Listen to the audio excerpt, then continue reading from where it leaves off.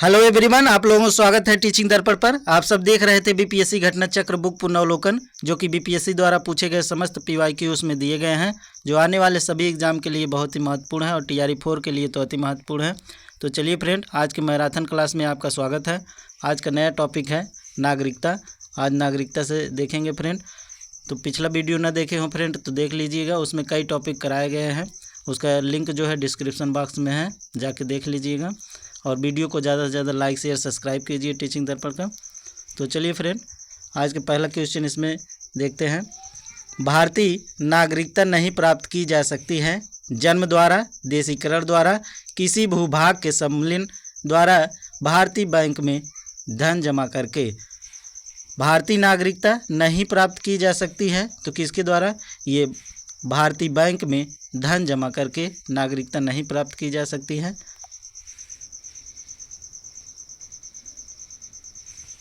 भारतीय नागरिकता अधिनियम 1955 बाद में यथा संशोधित द्वारा भारतीय नागरिकता निम्नलिखित तरीकों से प्राप्त की जा सकती है।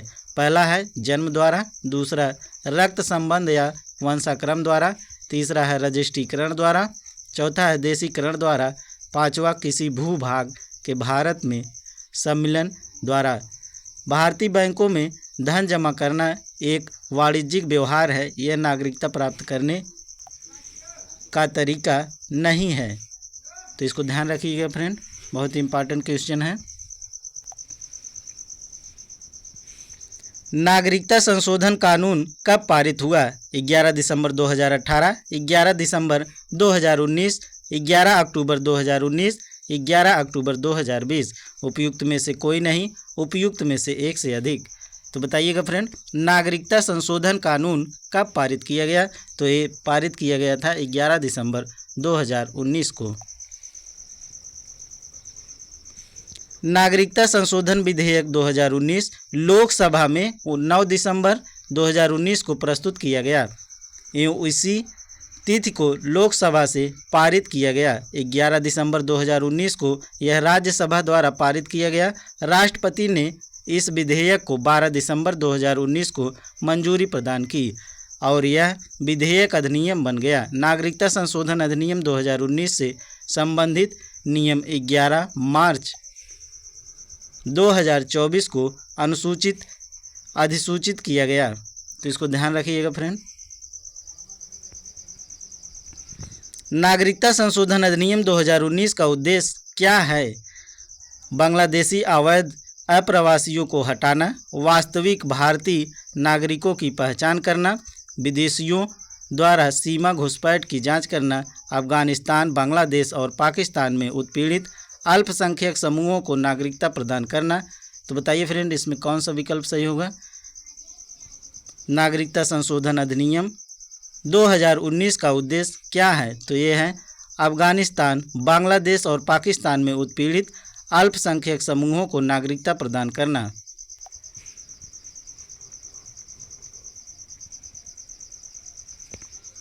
नागरिकता संशोधन अधिनियम 2019 का उद्देश्य है अफगानिस्तान, बांग्लादेश और पाकिस्तान में उत्पीड़न के कारण अवैध प्रवासियों के रूप में भारत में आए वहां के अल्पसंख्यक समूहों हिंदू, सिख, बौद्ध, जैन, फारसी और ईसाई को भारत की नागरिकता की प्रदान प्रदान करता है। अगला टॉपिक है फ्रेंड मूल अधिकार, जो कि बहुत ही इंपॉर्टेंट है। इसको वेरी वेरी इंपॉर्टेंट लगाइए। इसमें जो भी क्वेश्चन पूछे गए हैं फ्रेंड, सबको एकदम ध्यान से देखिएगा। और इसका पीडीएफ प्राप्त करने के लिए फ्रेंड आपको टेलीग्राम टीचिंग दर्पण को ज्वाइन कर लेना है। उसमें आपको पीडीएफ पड़ जाएगी, आप लोग डाउनलोड कर लीजिएगा, जो कि टीआरई 4 के लिए बहुत ही इम्पॉर्टेंट उसमें फैक्ट दिए गए हैं। भारतीय संविधान में किस अनुच्छेद के अंतर्गत नागरिकों को मौलिक अधिकार प्रदान किए गए हैं? अनुच्छेद 112 से 115, अनुच्छेद 12 से 35, अनुच्छेद 222 से 235, इनमें से कोई नहीं। भारतीय संविधान में किस अनुच्छेद के अंतर्गत नागरिकों को मौलिक अधिकार प्रदान किए गए हैं? तो आप सबको पता है, ये 12 से 35 किए गए हैं। भारतीय संविधान के भाग 3 में अनुच्छेद 12 से 35 तक मौलिक अधिकारों का वर्णन किया गया है। वर्तमान में कुल 6 मौलिक अधिकार प्रदान किए गए हैं। संवैधानिक उपचार का अधिकार किसके अंतर्गत आता है? मौलिक अधिकार, कानूनी अधिकार या संवैधानिक अधिकार, प्राकृतिक अधिकार? तो बताइएगा फ्रेंड, संवैधानिक उपचार का अधिकार किसके अंतर्गत आता है? तो इसमें से ई विकल्प होगा फ्रेंड, क्योंकि इनमें से कई विकल्प सही हैं। संवैधानिक उपचारों का अधिकार संविधान के भाग 3 मूल अधिकार के तहत अनुच्छेद 32 से 35 तक है। संवैधानिक उपचारों का अधिकार स्वयं में कोई अधिकार न होकर अन्य मौलिक अधिकारों का अधिकार है। इसके अंतर्गत व्यक्ति मौलिक अधिकारों के हनन की अवस्था में न्यायालय की शरण ले सकता है। अतः संवैधानिक उपचारों का अधिकार निम्न के तहत आता है: मौलिक अधिकार के, कानून अधिकार के, संवैधानिक अधिकार के। अतः विकल्प ई सही उत्तर होगा। अगला है फ्रेंड, किसी व्यक्ति की अवैध हिरासत के खिलाफ निम्नलिखित में से कौन सी रीट लागू होती है? बंदी प्रत्यक्षीकरण, हेबियस कॉर्पस, परमादेश, मैंडमस या उत्प्रेषण लेख, जिसे सर्टियोरी कहते हैं। अगला है अधिकार परीक्षा, क्यू वारंटो, उपयुक्त में से कोई नहीं, उपयुक्त में से एक से अधिक। तो बताइएगा फ्रेंड, किसी व्यक्ति की अवैध हिरासत के खिलाफ निम्नलिखित में से कौन सी रीट लागू होती है? तो अवैध हिरासत के खिलाफ बंदी प्रत्यक्षीकरण, मतलब जिसको बंदी बनाया गया है उसको मतलब सामने लाइएगा जज को, तो इसे कहते हैं हेबियस कॉर्पस अर्थात बंदी प्रत्यक्षीकरण। बंदी प्रत्यक्षीकरण हेबियस कॉर्पस याचिका के मामले में सर्वोच्च न्यायालय के पास संविधान के अनुच्छेद 32 के तहत रीट जारी करने का अधिकार होता है। यह उस व्यक्ति के संबंध में न्यायालय द्वारा जारी आदेश होता है जिसे दूसरे द्वारा हिरासत में रखा गया है या किसी व्यक्ति को जबरन हिरासत में रखने के विरुद्ध होता है। भारतीय संविधान द्वारा प्रदत्त निम्न में से कौन सा अधिकार गैर नागरिकों को भी उपलब्ध है?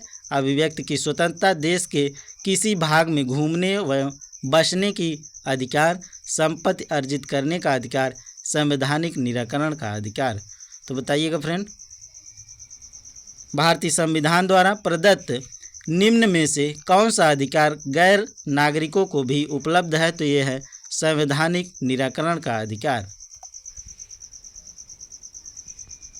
भारतीय संविधान द्वारा प्रदत्त संवैधानिक निराकरण या संवैधानिक उपचारों का अधिकार अनुच्छेद 32 गैर नागरिकों को प्राप्त मूल अधिकारों के संदर्भ में उन्हें उपलब्ध है। ज्ञातव्य है कि संविधान के अनुच्छेद 300 के तहत संपत्ति का अधिकार विधि के प्राधिकार के बिना व्यक्तियों को संपत्ति से वंचित न किया जाना यद्यपि गैर नागरिकों को भी प्राप्त है। तथापि इसमें संपत्ति अर्जित करने का अधिकार, राइट टू एक्वायर प्रॉपर्टी, जो कि मूल संविधान में अनुच्छेद 19(1) च के तहत नागरिकों को प्राप्त था, शामिल नहीं है। वस्तुतः संपत्ति अर्जित करने का अधिकार अब संविधान प्रदत्त नहीं है। उन मौलिक अधिकारों का चयन करें जो भारतीय नागरिकों को प्राप्त है परंतु गैर नागरिकों को नहीं। इसमें पहला है भाषण एवं अभिव्यक्ति की स्वतंत्रता, कानून के समझ समानता, समता, अल्पसंख्यकों के अधिकार और जीवन और स्वतंत्रता का संरक्षण। तो बताइएगा फ्रेंड, इसमें कोर्ट में दिया है विकल्प, इसका विकल्प जो है ए सही है, अर्थात पहला और तीसरा। तो पहला देख लीजिए, भाषण एवं अभिव्यक्ति की स्वतंत्रता, और तीसरा जो है अल्पसंख्यकों के अधिकार।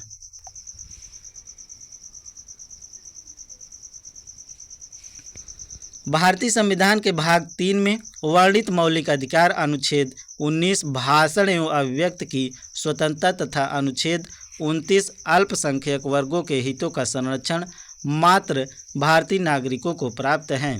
ये गैर नागरिकों के विदेशी को प्राप्त नहीं है। जबकि अनुच्छेद 14 कानून के समझ समानता का अधिकार और अनुच्छेद 21 जो है जीवन एवं दैहिक स्वतंत्रता का संरक्षण भारतीय नागरिकों तथा विदेशियों सभी व्यक्तियों को प्राप्त है। निम्नलिखित में से कौन सा मूल अधिकार भारतीय संविधान में नागरिकों को नहीं दिया गया है? संवैधानिक प्रतिकार का अधिकार, संपत्ति का अधिकार, शांतिपूर्वक एकत्र होने का अधिकार, देश भर में आज़ादी के साथ आने जाने का अधिकार। निम्नलिखित में से कौन सा मूल अधिकार भारतीय संविधान में नागरिकों को नहीं दिया गया है? तो यह है संपत्ति का अधिकार। संविधान के 44वें संशोधन अधिनियम 1978 2020/6/1979 से प्रभावी है द्वारा संपत्ति के मूल अधिकार का लोप किया गया तथा इसे विधिक या कानूनी अधिकार का दर्जा दिया गया। तत्समय मोरारजी देसाई जनता पार्टी शासन में प्रधानमंत्री थे। उस समय मतलब मोरारजी देसाई जनता पार्टी शासन के प्रधानमंत्री थे। मौलिक अधिकारों की सूची में से संपत्ति का अधिकार राइट ऑफ प्रॉपर्टी किसके शासनकाल में निकाल दिया गया था? इंदिरा गांधी, चरण सिंह, राजीव गांधी, मोरारजी देसाई। मौलिक अधिकारों की सूची में संपत्ति का अधिकार राइट ऑफ प्रॉपर्टी किसके शासनकाल में निकाल दिया गया था? तो पिछले क्वेश्चन में भी देखे थे, ये कौन थे? मोरारजी देसाई। 44वें संविधान संशोधन 1978 द्वारा संपत्ति के अधिकार को मौलिक अधिकार से कानूनी अधिकार में परिवर्तित कर दिया गया। वर्तमान में संपत्ति का अधिकार भारतीय संविधान के अनुच्छेद 300 क के तहत कानूनी अधिकार के रूप में स्थापित है।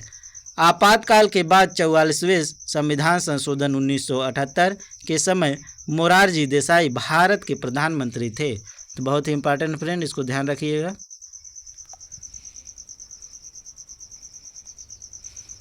उच्चतम न्यायालय की व्यवस्था अनुसार निजी भवनों के ऊपर राष्ट्रीय झंडे को फहराना के तहत हर नागरिक का मौलिक अधिकार है। संविधान का अनुच्छेद 14, संविधान का अनुच्छेद 19(1)(a), संविधान का अनुच्छेद 21, संविधान का अनुच्छेद 25 या उपयुक्त में से कोई नहीं, उपयुक्त में से एक से अधिक।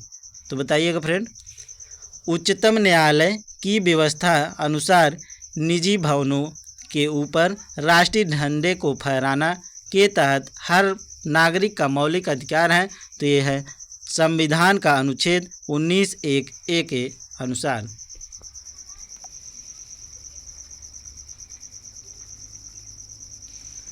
उच्चतम न्यायालय की व्यवस्था के अनुसार निजी भवनों के ऊपर राष्ट्रीय झंडे को फहराना संविधान के अनुच्छेद 19(1)(a) के तहत हर नागरिक का मौलिक अधिकार है।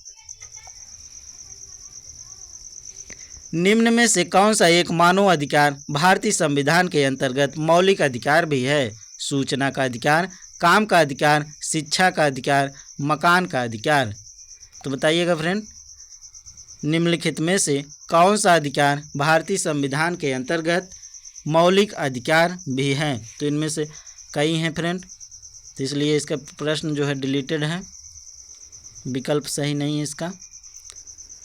भारतीय संविधान के अनुच्छेद 19(1) के क के तहत अनुसार सभी नागरिकों को वाक स्वतंत्र और अभिव्यक्ति स्वतंत्र का अधिकार प्राप्त है। सूचना का अधिकार अभिव्यक्ति के अधिकार में निहित है, अतः यह मूल अधिकार है। इसके साथ ही सूचना का अधिकार मानव अधिकार भी है। शिक्षा का अधिकार भी 86वें संविधान संशोधन अधिनियम द्वारा मूल अधिकार है। इस प्रकार विकल्प ए और सी दोनों सही हैं। भारतीय संविधान में संशोधन करके शिक्षा का अधिकार कब जोड़ा गया? 1 अप्रैल 2010, 1 अगस्त 2010, 1 अक्टूबर 2010, 1 दिसंबर 2010। भारतीय संविधान में संशोधन करके शिक्षा का अधिकार कब जोड़ा गया? तो ये 1 अप्रैल 2010 को जोड़ा गया। 86वें संविधान संशोधन अधिनियम 2002 के तहत प्राथमिक शिक्षा को मूल अधिकार बना दिया गया। इसके द्वारा संविधान के भाग 3 में नया अनुच्छेद 21 का जोड़ा गया, जिसके अनुसार राज्य 6 से 14 वर्ष की आयु के सभी बालकों हेतु निःशुल्क और अनिवार्य शिक्षा की व्यवस्था करेगा। साथ ही अनुच्छेद 45 के संशोधित निर्देशक तत्व के अनुसार राज्य 6 वर्ष तक की आयु पूर्ण करने तक सभी बच्चों को आरंभिक शिशुत्व देखरेख तथा शिक्षा उपलब्ध कराने का प्रयत्न करेगा। इसी अनुक्रम में शिक्षा का अधिकार अधिनियम 2009 संसद द्वारा पारित किया गया, जो तत्व संबंधी संविधान संशोधन के साथ 1 अप्रैल 2010 से प्रभावी हुआ। शिक्षा का अधिकार मानव अधिकार भी है। सूचना का अधिकार भी मानव अधिकार के सार्वभौम घोषणा का भाग है। सर्वोच्च न्यायालय के निर्णयों के अनुसार सूचना का अधिकार भारतीय संविधान के अनुच्छेद 19(1) में उल्लेखित वाक एवं अभिव्यक्ति की स्वतंत्रता में निहित है। हालांकि यह संविधान में उल्लेखित नहीं है। फ्रेंड, वीडियो पसंद आए तो लाइक शेयर सब्सक्राइब कीजिएगा टीचिंग दर्पण को, और पीडीएफ प्राप्त करने के लिए टेलीग्राम टीचिंग दर्पण को ज्वाइन कर लीजिएगा। इसका पीडीएफ उसमें पड़ जाएगा, आप लोग डाउनलोड कर लीजिए। और आपसे कोई सुझाव या सलाह हो तो कमेंट बॉक्स में बताइएगा, और कमेंट बॉक्स में कमेंट करके बताइएगा कि आपको वीडियो कैसा लग रहा है। इसके बाद कौन से टॉपिक पे वीडियो बनाया जाए फ्रेंड। चलिए अगला क्वेश्चन देखते हैं। भारतीय संविधान में संशोधन करके शिक्षा का अधिकार कब जोड़ा गया? 1 अप्रैल 2010, 1 अगस्त 2010, 1 अक्टूबर 2010, 1 दिसंबर 2010। तो अभी पिछले क्वेश्चन में देखे थे फ्रेंड, ये जोड़ा गया 1 अप्रैल 2010 को। मौलिक अधिकारों की मूल सूची में निम्नलिखित में से किसे जोड़ा गया? संपत्ति का अधिकार, संवैधानिक उपचारों का अधिकार, धार्मिक स्वतंत्रता का अधिकार, निःशुल्क एवं अनिवार्य प्राथमिक शिक्षा का अधिकार। तो बताइएगा फ्रेंड, मौलिक अधिकारों की मूल सूची में निम्नलिखित में से किसे जोड़ा गया? तो ये जोड़ा गया था निःशुल्क शिक्षा, निःशुल्क एवं अनिवार्य प्राथमिक शिक्षा का अधिकार। निम्न में से कौन सा एक मानव अधिकार भारतीय संविधान के अंतर्गत मौलिक अधिकार भी है? सूचना का अधिकार, काम का अधिकार, शिक्षा का अधिकार, मकान का अधिकार। निम्नलिखित में से कौन सा एक मानव अधिकार भारतीय संविधान के अंतर्गत मौलिक अधिकार भी है? तो यह है शिक्षा का अधिकार। भारत के संविधान का निम्नलिखित में से कौन सा अनुच्छेद प्रेस की स्वतंत्रता से संबंधित है? तो अनुच्छेद 19, अनुच्छेद 20, अनुच्छेद 21, अनुच्छेद 22। भारत के संविधान का निम्नलिखित में से कौन सा अनुच्छेद प्रेस की स्वतंत्रता से संबंधित है? तो अनुच्छेद 19 जो है प्रेस की स्वतंत्रता से संबंधित है। भारतीय संविधान के अनुच्छेद 19 से 22 तक स्वतंत्रता के अधिकारों का उल्लेख किया गया है। अनुच्छेद 19(1) का वाक और अभिव्यक्ति की स्वतंत्रता से संबंधित है, जिसमें प्रेस की स्वतंत्रता भी निहित है। निम्नलिखित संवैधानिक उपचारों में से किसे पोस्टमार्टम भी कहा जाता है? प्रतिषेध को, परमादेश को, उत्प्रेषण को, अधिकार परीक्षा को। निम्नलिखित संवैधानिक उपचारों में से किसे पोस्टमार्टम भी कहा जाता है? तो ये उत्प्रेषण को कहा जाता है। डॉक्टर भीमराव अंबेडकर ने संवैधानिक उपचारों का अधिकार अनुच्छेद 32 को संविधान की आत्मा और हृदय कहा। संवैधानिक उपचारों का अधिकार में अधिकार परीक्षा, क्यू वारंटों को संवैधानिक उपचारों का पोस्टमार्टम भी कहा जाता है। यह एक कार्यवाही है जिसके द्वारा न्यायालय लोक पद पर किसी व्यक्ति के दावों की वैधता की जांच करता है। इसके अतिरिक्त उत्प्रेषण की पोस्टमार्टम रीट कहा जाता है, क्योंकि इसमें भी निर्णीत न्यायिक कार्यवाहियों की जांच की जाती है। पोस्टमार्टम में भी एक कार्यवाही है जिसे मृत व्यक्ति के मरने के दावे की वैधता की जांच की जाती है। आयोग ने भी अपने अंतिम उत्तर कुंजी में विकल्प सी को सही माना है।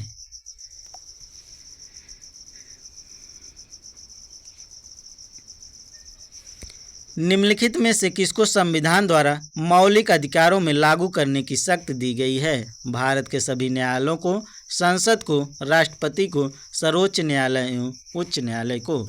निम्नलिखित में से किसको संविधान द्वारा मौलिक अधिकारों को लागू करने की शक्ति दी गई है? तो सर्वोच्च न्यायालय एवं उच्च न्यायालयों को।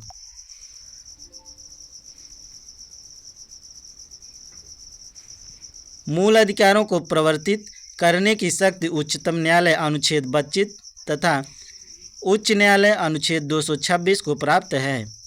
न्यायालय अपनी इस शक्ति के प्रयोग में 5 प्रकार की रीट जारी करते हैं: परमादेश, बंदी प्रत्यक्षीकरण, अधिकार परीक्षा, उत्प्रेषण तथा प्रतिषेध।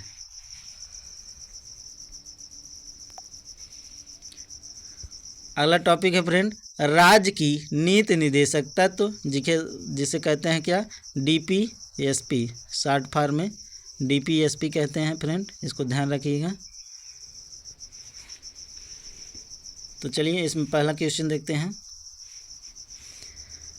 कल्याणकारी राज्य की संकल्पना का समावेश भारत के संविधान में है।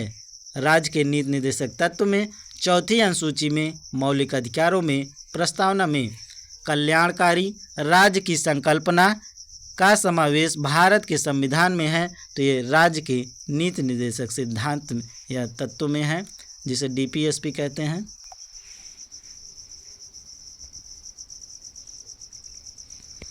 कल्याणकारी राज्य की संकल्पना का समावेश भारतीय संविधान में राज्य के नीति निर्देशक तत्वों में दिया गया है। ये संविधान में भाग 4 के तहत अनुच्छेद 36 से 51 के अंतर्गत शामिल किए गए हैं। इसको ध्यान रखिएगा फ्रेंड। राज्य के नीति निर्देशक तत्व जो है 36 से 51 के अनुच्छेद में है। भारतीय संविधान की प्रस्तावना राज्य व्यवस्था के उद्देश्यों का उल्लेख करती है कि राज्य अपने नागरिकों को सामाजिक, आर्थिक एवं राजनीतिक न्याय, विचार, अभिव्यक्ति, विश्वास, धर्म और उपासना की स्वतंत्रता तथा प्रतिष्ठा एवं अवसर की समता उपलब्ध कराएगा, जो कि एक कल्याणकारी राज्य के आदर्श का प्रतीक है। इसके अतिरिक्त नीति निर्देशक तत्व में कल्याणकारी राज्य की स्थापना हेतु राज्य के निर्देश दिए गए हैं। इस प्रकार प्रस्तावना एवं नीति निर्देशक तत्व दोनों कल्याणकारी राज्य का विचार पाया जाता है। तथापि यदि दोनों के चयन का विकल्प न हो तो इसका उत्तर नीति निर्देशक तत्व ही होगा। एक कल्याणकारी राज्य का आदर्श वर्णित है। राज्य के नीति निर्देशक तत्व में मौलिक अधिकारों के अध्याय में, संविधान की 7वीं अनुसूची में, संविधान की प्रस्तावना में एक कल्याणकारी राज्य का आदर्श वर्णित है। तो यह है राज्य के नीति निर्देशक तत्वों में। एक कल्याणकारी राज्य के आदर्श राज्य के नीति निर्देशक तत्व में वर्णित है। ये आदर्श जिन्हें किसी राज्य के द्वारा नीति के निर्माण एवं कानूनों के क्रियान्वयन में ध्यान रखना चाहिए। भारतीय संविधान के भाग 4 में दिए गए निर्देश सिद्धांतों में निम्न में से कौन से सूचीबद्ध हैं? समान कार्य के लिए समान वेतन, समान नागरिक संहिता, छोटे परिवार का मानदंड, प्राथमिक स्तर पर मातृभाषा में शिक्षा। तो बताइएगा फ्रेंड, भारतीय संविधान के भाग 4 में दिए गए निर्देश सिद्धांतों में निम्न में से कौन से सूचीबद्ध हैं? तो कोट में बताना है फ्रेंड आंसर इसका। तो इसमें बी विकल्प सही है, पहला और दूसरा। तो देख लीजिए पहला दूसरा। पहला है समान कार्य के लिए समान वेतन और दूसरा है समान नागरिक संहिता। तो इसका विकल्प बी सही है फ्रेंड। भारतीय संविधान के भाग 4 में दिए गए निर्देशित सिद्धांतों में अनुच्छेद 39 घ पुरुषों और स्त्रियों दोनों को समान कार्य के लिए समान वेतन, अनुच्छेद 44 में नागरिकों के लिए समान नागरिक संहिता सूचीबद्ध है, जबकि अनुच्छेद 350 का प्राथमिक स्तर पर मातृभाषा में शिक्षा देने का निर्देश देता है। हालांकि यह भाग 4 में उल्लेखित नहीं है।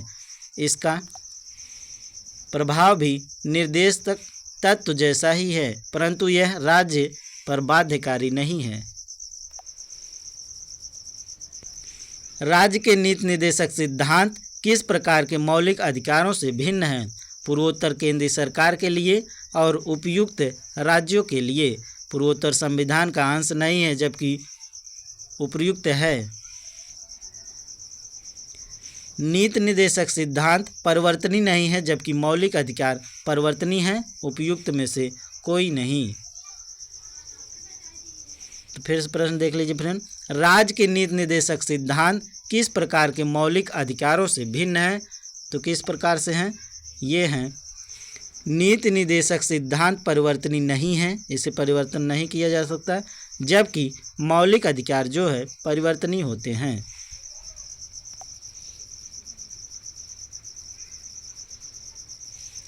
राज्य के नीति निर्देशक सिद्धांत मौलिक अधिकारों से भिन्न है क्योंकि निर्देशक सिद्धांत परिवर्तनीय नहीं है, जबकि मौलिक अधिकार न्यायालय द्वारा परिवर्तनीय है। निर्देशक सिद्धांत संविधान के भाग 4 में वर्णित है और कल्याणकारी राज्य की स्थापना के लिए दिए गए निर्देश हैं, जबकि भाग 3 में वर्णित मौलिक अधिकार व्यक्तियों को राज्य के प्रति दिए गए सुरक्षा की गारंटी है।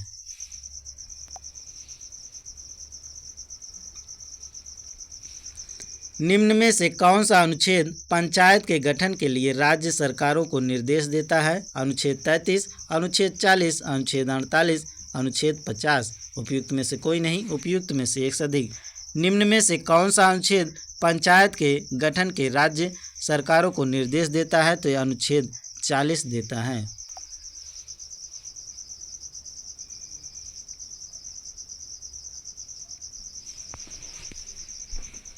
भारतीय संविधान में भाग 4 के तहत राज्य के नीति निर्देशक सिद्धांतों के अंतर्गत पंचायती राज प्रणाली की व्यवस्था की गई है।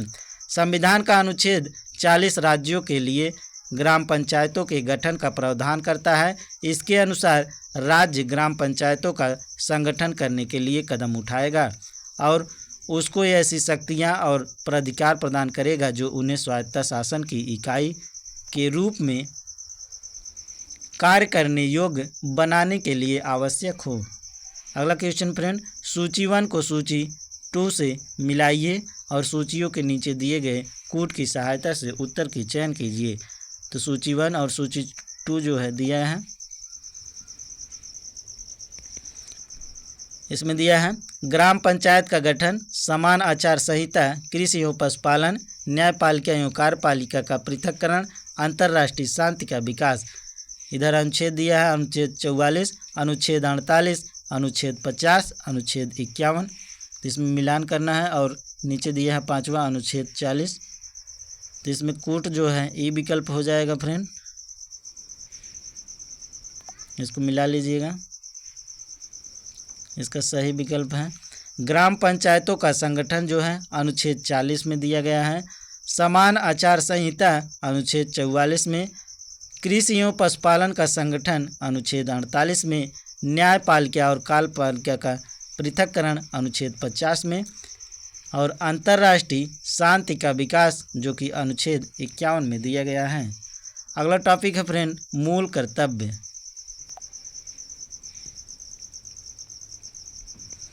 बयालीसवें संविधान संशोधन के 10 आचार आदेशों को किस नाम से जाना जाता है? मौलिक अधिकार, मौलिक कर्तव्य, पंचायती राज के सिद्धांत, राज्य के नीति निर्देशक सिद्धांत। 42वें संविधान संशोधन के 10 आचार आदेशों को किस नाम से जाना जाता है? तो ये मौलिक कर्तव्य के नाम से जाना जाता है। वर्ष 1976 में संवैधानिक सुधारों पर अनुशंसा देने के लिए स्वर्ण सिंह समिति की गठन की गई। स्वर्ण सिंह समिति की अनुशंसा के आधार पर लाए गए 42वें संविधान संशोधन अधिनियम 1976 द्वारा भाग 4 क और उसके तहत अनुच्छेद 51 के संविधान में जोड़ा गया तथा संविधान में 10 मौलिक कर्तव्य शामिल किए गए। वर्ष 2002 में 86वें संविधान संशोधन अधिनियम 2002 द्वारा एक नया मौलिक कर्तव्य 6 से 14 वर्ष के बच्चों की शिक्षा से संबंधित को जोड़ा गया। अतः अब मौलिक कर्तव्यों की संख्या 11 हो गई। स्वर्ण सिंह समिति में अध्यक्ष सहित 12 सदस्य शामिल थे।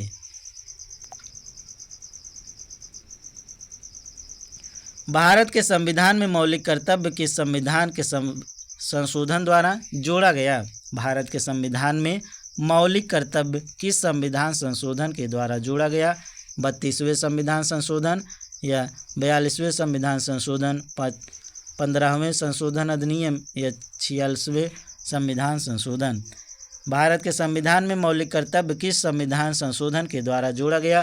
तो ये 42वें संविधान संशोधन के द्वारा जोड़ा गया था।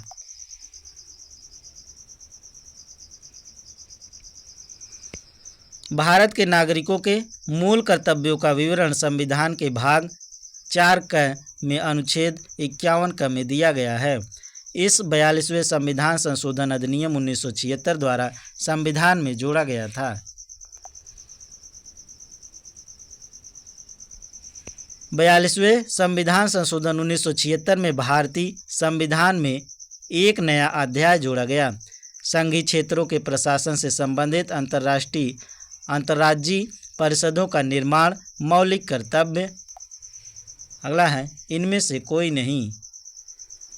42वें संविधान संशोधन अधिनियम 1976 के भारतीय संविधान में एक नया अध्याय जोड़ा गया था, तो वह है मौलिक कर्तव्य।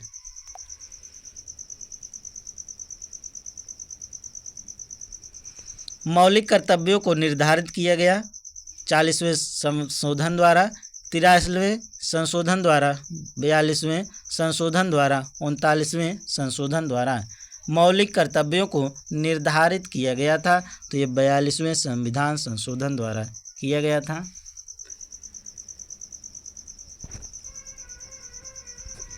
निम्नलिखित में से भारत में मौलिक कर्तव्य का कौन सा है?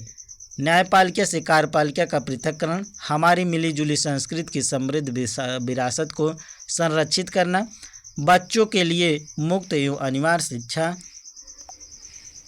अगला है छुआछूत की परंपरा को समाप्त करना। निम्नलिखित में से भारत में मौलिक कर्तव्य का कौन सा है? तो ये है हमारी मिलीजुली संस्कृति के समृद्ध विरासत को संरक्षित करना।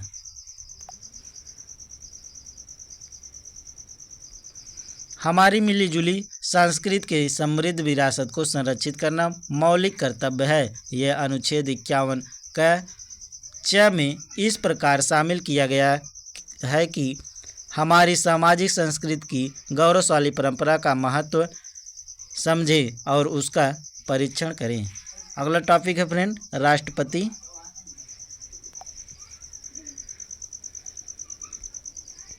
भारत का कार्यपालिका अध्यक्ष एग्जीक्यूटिव हेड कौन है? तो आप सबको पता है राष्ट्रपति, प्रधानमंत्री, विरोधी दल के नेता, भारत सरकार के मुख्य सचिव। भारत का कार्यपालिका अध्यक्ष एग्जीक्यूटिव हेड कौन है? तो ये है राष्ट्रपति। अनुच्छेद 53(1) के अनुसार संघ की कार्यपालिका शक्ति राष्ट्रपति में निहित होगी, जिसका प्रयोग वह संविधान के अनुसार स्वयं या अपने अधीनस्थ अधिकारियों के द्वारा करेगा। इस प्रकार भारतीय संघ का कार्यपालिका अध्यक्ष एग्जीक्यूटिव हेड राष्ट्रपति होता है। संविधान द्वारा केंद्रीय सरकार की कार्यपालिका शक्ति निहित की गई है। संविधान में राष्ट्रपति में, राज्यपाल में, प्रधानमंत्री में। संविधान द्वारा केंद्रीय सरकार की कार्यपालिका शक्ति निहित की गई है, तो ये राष्ट्रपति में।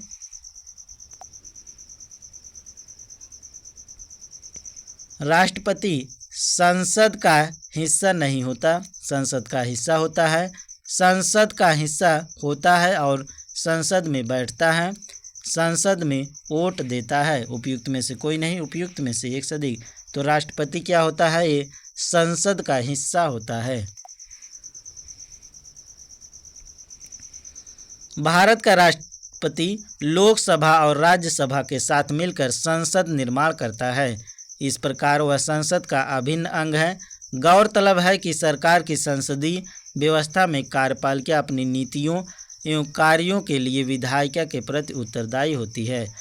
संसदीय सरकार को कैबिनेट सरकार या उत्तरदायी सरकार या सरकार का वेस्टमिंस्टर मॉडल भी कहा जाता है। भारतवर्ष की रक्षा बल के सुप्रीम कमांडर होते हैं भारतीय सेना के सेनाध्यक्ष, भारत के राष्ट्रपति, भारत के प्रधानमंत्री, भारत के रक्षा मंत्री, उपयुक्त में से कोई नहीं, उपयुक्त में से एक से अधिक। भारतवर्ष की रक्षा बल के सुप्रीम कमांडर होते हैं तो ये भारत के राष्ट्रपति होते हैं। फ्रेंड, अब तक वीडियो लाइक न किए हों तो लाइक शेयर सब्सक्राइब कीजिएगा। सब्सक्राइब इसलिए ताकि आपको नए नए वीडियो का नोटिफिकेशन मिलता रहे, और ज़्यादा से ज़्यादा वीडियो को लाइक कीजिएगा टीचिंग दर्पण को। तो चलिए फ्रेंड, फैक्ट देखते हैं। भारतीय सशस्त्र सेनाओं की सर्वोच्च कमान भारत के राष्ट्रपति के पास होती है। राष्ट्र की रक्षा दायित्व मंत्रिमंडल के पास होता है। इसका निर्वहन रक्षा मंत्रालय से किया जाता है।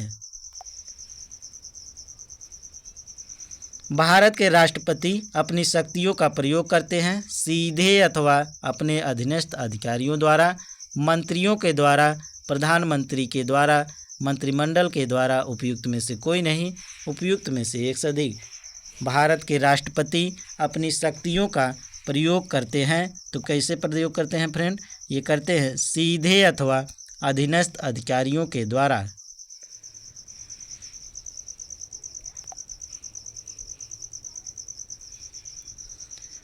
भारतीय संविधान के अनुसार भारत का एक राष्ट्रपति अनुच्छेद 52 होगा। संघ की कार्यपालिका शक्ति राष्ट्रपति में निहित होगी और वह इसका प्रयोग इस संविधान के अनुसार स्वयं या अपने अधीनस्थ अधिकारियों के द्वारा करेगा। अनुच्छेद 53(1).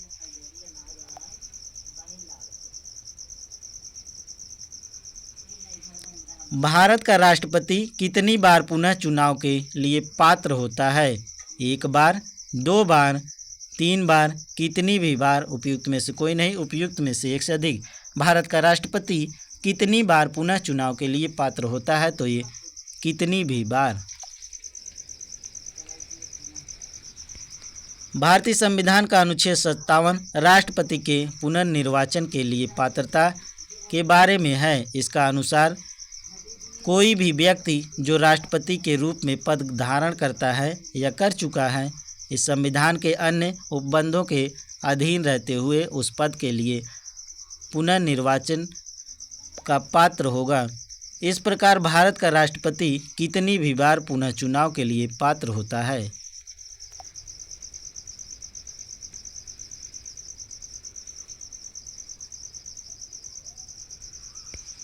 भारत के राष्ट्रपति के चुनाव मंडल में कौन कौन सम्मिलित होते हैं? राज्यसभा के सभी निर्वाचित सदस्य, लोकसभा के सभी निर्वाचित सदस्य, राज्य विधानसभाओं के लिए सभी सदस्य, संसद के दोनों सदनों के सभी निर्वाचित सदस्य एवं राज्य विधानसभाओं के सभी निर्वाचित सदस्य। उपयुक्त में से कोई नहीं, उपयुक्त में से एक से अधिक।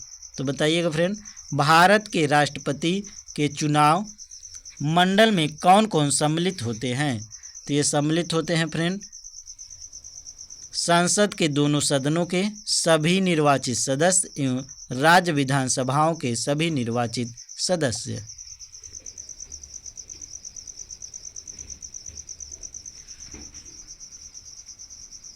संविधान का अनुच्छेद 54 राष्ट्रपति के निर्वाचन मंडल के सदस्यों का प्रावधान करता है, जिसमें निम्नलिखित सदस्य होते हैं। पहला है संसद के दोनों सदनों के निर्वाचित सदस्य, दूसरा है राज्यों की विधानसभाओं के निर्वाचित सदस्य, तीसरा है दिल्ली एवं पौंडीचेरी विधानसभाओं के निर्वाचित सदस्य। 17वें संविधान संशोधन 1992 द्वारा अतः स्थापित राज्यों की विधान परिषदों के सदस्य एवं निर्वाचन मंडल में शामिल नहीं होते। नोट: राष्ट्रपति के निर्वाचन मंडल में जम्मू और कश्मीर संघ राज्य क्षेत्र की विधानसभा के निर्वाचित सदस्यों को अभी शामिल नहीं किया गया है।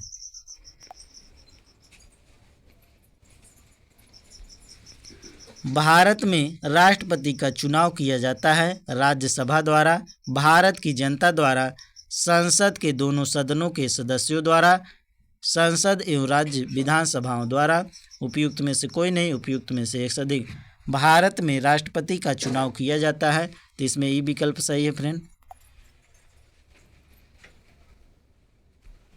भारत में राष्ट्रपति का चुनाव किया जाता है प्रत्यक्ष निर्वाचन द्वारा, एकल हस्तांतरित मत प्रणाली द्वारा, अनुपातिक मत प्रणाली द्वारा, खुला बैलेट प्रणाली द्वारा। तो ये डिलीटेड क्वेश्चन है फ्रेंड। अनुच्छेद 55(3) के अनुसार राष्ट्रपति का निर्वाचन अनुपातिक प्रतिनिधित्व पद्धति के अनुसार एकल संक्रमणी हस्तांतरित मत प्रणाली द्वारा होता है, अतः विकल्प बी और सी दोनों सही हैं।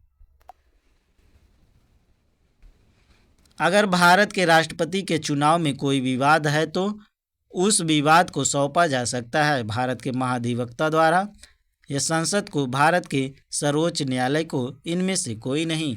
अगर भारत के राष्ट्रपति के चुनाव में कोई विवाद है तो उस विवाद को सौंपा जा सकता है तो ये भारत के सर्वोच्च न्यायालय को। अगर भारत के राष्ट्रपति के चुनाव में कोई विवाद है तो उस विवाद को अनुच्छेद 71(1) के अनुसार भारत के सर्वोच्च न्यायालय को सौंपा जाएगा और सर्वोच्च न्यायालय द्वारा किया गया विनिश्चय अंतिम होगा। भारत के राष्ट्रपति के संदर्भ में निम्नलिखित कथनों पर विचार करें। पहला है, भारत के संविधान के अनुच्छेद 53 में उल्लेख है कि संघ की कार्यकारी शक्ति राष्ट्रपति में निहित होती।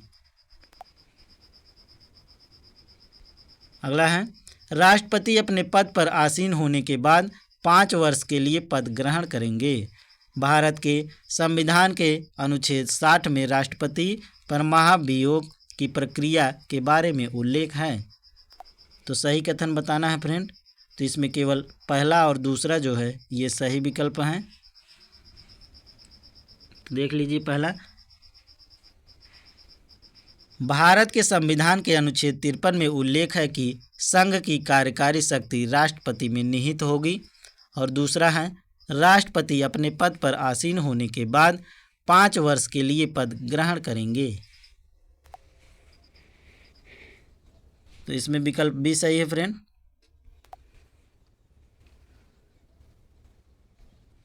राष्ट्रपति के संदर्भ में कथन, पहला है, भारत के संविधान के अनुच्छेद 53 में उल्लेख है कि संघ की कार्यकारी शक्ति राष्ट्रपति में निहित होगी। अगला है, राष्ट्रपति अपने पद पर आसीन होने के बाद 5 वर्ष के लिए पद ग्रहण करेंगे। भारत के संविधान के अनुच्छेद 61 में राष्ट्रपति पर महाभियोग की प्रक्रिया के बारे में उल्लेख है, अतः कथन 3 सही नहीं है। यदि राष्ट्रपति एवं उपराष्ट्रपति का पद खाली हो तो भारत के राष्ट्रपति के पद पर कौन होता है? प्रधानमंत्री होता है, भारत के मुख्य न्यायाधीश, लोकसभा अध्यक्ष, और इनमें से कोई नहीं। वेरी वेरी इंपॉर्टेंट क्वेश्चन है फ्रेंड, इसको ध्यान रखिएगा। यदि राष्ट्रपति एवं उपराष्ट्रपति का पद खाली हो तो भारत के राष्ट्रपति के पद पर कौन होता है? तो ये होते हैं भारत के मुख्य न्यायाधीश। अनुच्छेद 65 के अनुसार यदि मृत्यु, त्यागपत्र अथवा हटाए जाने की स्थिति में राष्ट्रपति का पद रिक्त हो तो पद का कार्यभार उपराष्ट्रपति संभालेगा, तथा यदि किन्हीं कारणों से उपराष्ट्रपति भी उपलब्ध नहीं है तो उच्चतम न्यायालय का मुख्य न्यायाधीश या उसके न रहने पर उसी न्यायालय का वरिष्ठतम न्यायाधीश जो उस समय उपलब्ध है राष्ट्रपति के कृत्यों को संपादित करेगा। राष्ट्रपति उत्तराधिकार अधिनियम 1969, president's discharge of function bill 1969। यदि भारत के राष्ट्रपति का पद खाली है तो और उपराष्ट्रपति तथा भारत के मुख्य न्यायाधीश उपलब्ध नहीं है तो भारत का राष्ट्रपति किसे नियुक्त किया जाएगा? भारत के महान्यायवादी, अटॉर्नी ऑफ जनरल जिसे कहते हैं, लोकसभा के अध्यक्ष, सुप्रीम कोर्ट के वरिष्ठ न्यायाधीश, या इनमें से कोई नहीं? तो बताइए फ्रेंड, यदि भारत के राष्ट्रपति का पद खाली और उपराष्ट्रपति तथा भारत के मुख्य न्यायाधीश उपलब्ध नहीं है तो भारत का राष्ट्रपति किसे नियुक्त करेगा? तो किसको नियुक्त करेगा फ्रेंड?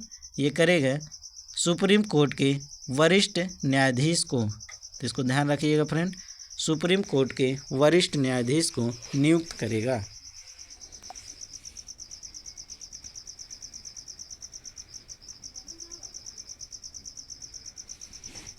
भारत के राष्ट्रपति को उसके पद से हटाया जा सकता है भारत के प्रधानमंत्री द्वारा, लोकसभा के द्वारा, भारत के मुख्य न्यायाधीश द्वारा या संसद द्वारा। भारत के राष्ट्रपति को उसके पद से हटाया जा सकता है तो संसद द्वारा हटाया जा सकता है।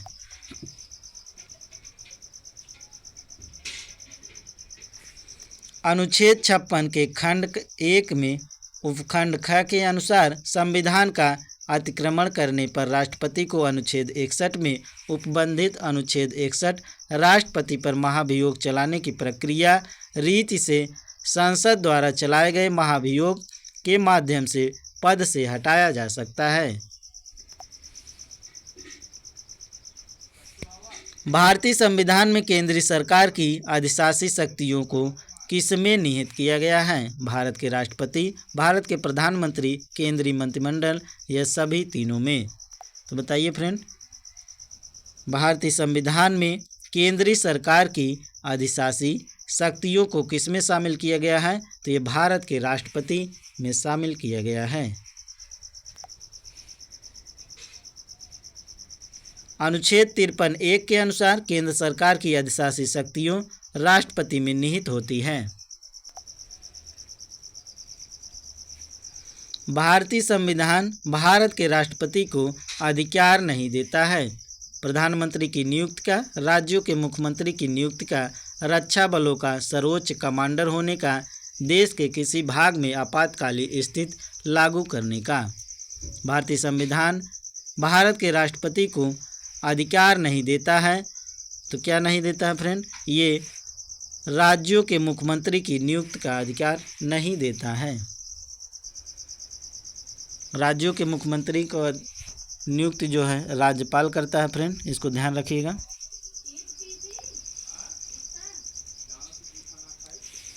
अनुच्छेद 164(1) के अनुसार राज्यों के मुख्यमंत्री की नियुक्ति अधिकार राज्य के राज्यपाल को है। भारत के राष्ट्रपति को यह अधिकार नहीं प्राप्त है कि वह क्षमा दान करें, सर्वोच्च न्यायालय के न्यायाधीश को हटाएं, आपातकाल की घोषणा करे, अध्यादेश जारी करे। भारत के राष्ट्रपति को यह अधिकार नहीं प्राप्त है कि वह क्या करें? सर्वोच्च न्यायालय के न्यायाधीश को हटाएं। यह अधिकार भारत के राष्ट्रपति को नहीं है।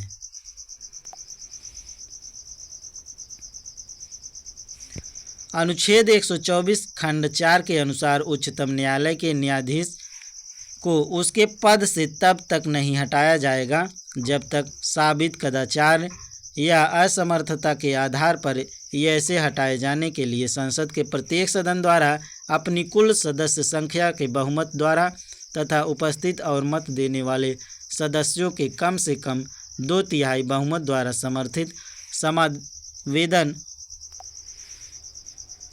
राष्ट्रपति के समक्ष उसी सत्र में रखे जाने पर राष्ट्रपति ने उसे हटाने का आदेश नहीं दे दिया। अतः विकल्प बी सही उत्तर है।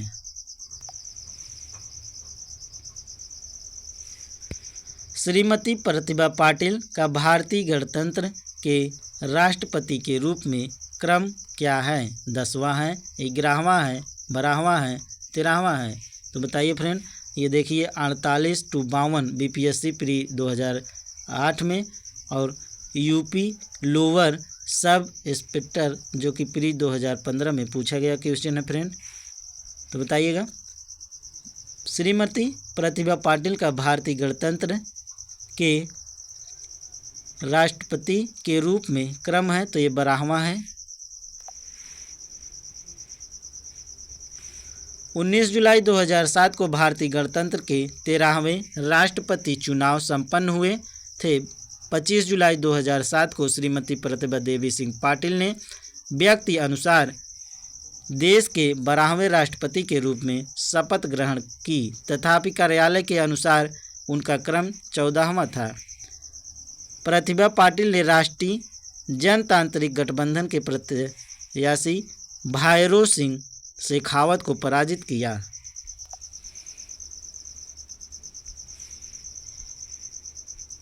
वे भारत की प्रथम महिला राष्ट्रपति थी। वर्तमान समय में द्रौपदी मुर्मू भारत की राष्ट्रपति हैं।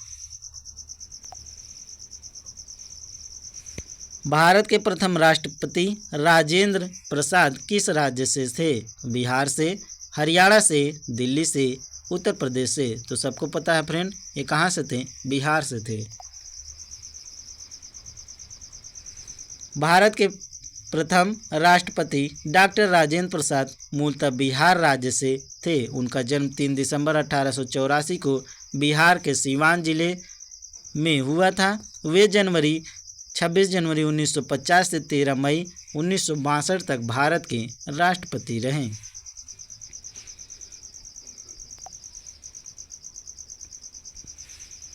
स्वतंत्र भारत के प्रथम राष्ट्रपति थे उत्तर प्रदेश से, आंध्र प्रदेश से, बिहार से या तमिलनाडु से। तो स्वतंत्र भारत के प्रथम राष्ट्रपति ये थे बिहार से, डॉक्टर राजेंद्र प्रसाद।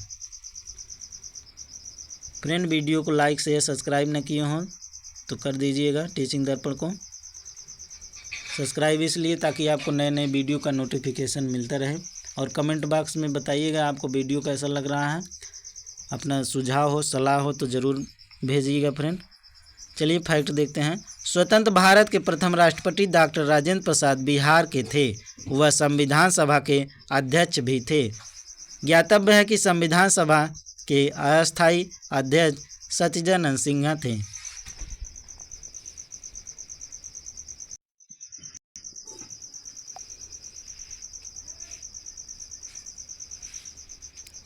एक विधेयक जो संसद में प्रस्तुत किया जाता है कौन सी क्रिया के बाद अधिनियमित बन जाता है?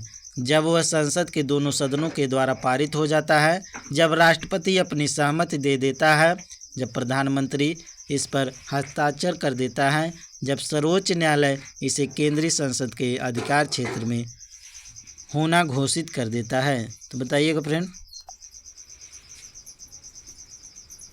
एक विधेयक जो संसद में प्रस्तुत किया जाता है कौन सी क्रिया के बाद अधिनियमित बन जाता है? तो ये जब राष्ट्रपति अपनी सहमति दे देता है।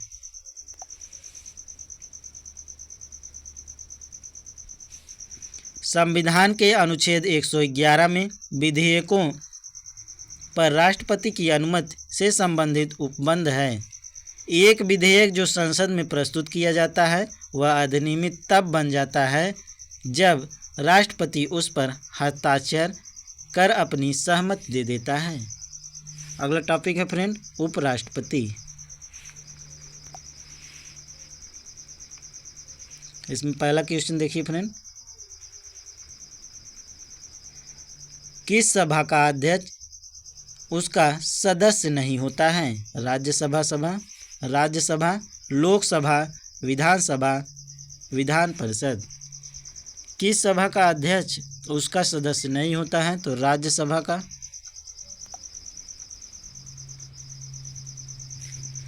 राज्यसभा का पदेन सभापति उपराष्ट्रपति होता है और वह राज्यसभा का सदस्य नहीं होता है, परंतु उसका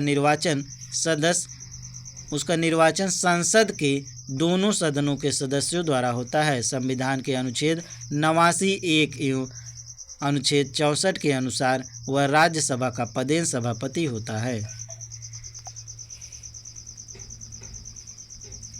राज्यसभा का पदेन अध्यक्ष कौन होता है? राष्ट्रपति, उपराष्ट्रपति, प्रधानमंत्री। उपयुक्त में से कोई नहीं, उपयुक्त में से एक से अधिक। राज्यसभा का पदेन अध्यक्ष कौन होता है?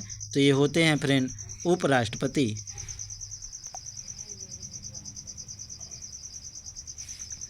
राज्यसभा का सभापति कौन होता है? तो अभी पिछले क्वेश्चन में देखे थे फ्रेंड, उपराष्ट्रपति। तो ऐसे ही क्वेश्चन बार बार रिपीट होता है फ्रेंड, तो ध्यान से देखिएगा। प्रत्येक क्वेश्चन जो है बहुत ही इम्पॉर्टेंट है आने वाले TRE 4 के लिए। अगला क्वेश्चन है फ्रेंड, राज्यसभा के चेयरमैन हैं भारत के उपराष्ट्रपति, उच्चतम न्यायालय के प्रधान न्यायाधीश, मुख्य चुनाव आयुक्त, भारत के प्रधानमंत्री।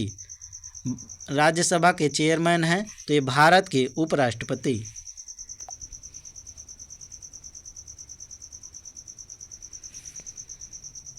कौन सा कथन असत्य है? तो असत्य पूछा है फ्रेंड। राष्ट्रपति पद के लिए प्रत्याशी की आयु कम से कम 35 वर्ष होनी चाहिए। उपराष्ट्रपति राज्यसभा का सभापति बनता है। उपराष्ट्रपति का चुनाव भारत का राष्ट्रपति करता है। भारत के प्रथम राष्ट्रपति डॉक्टर राजेंद्र प्रसाद थे। तो इसमें असत्य बताना है फ्रेंड। तो ये असत्य जो है, उपराष्ट्रपति का चुनाव भारत का राष्ट्रपति करता है, ये बात असत्य है। और ये और डी वाला ये सभी सही हैं फ्रेंड, इसको ध्यान रखिएगा। कई बार विकल्प में दे देगा आपको घुमा के।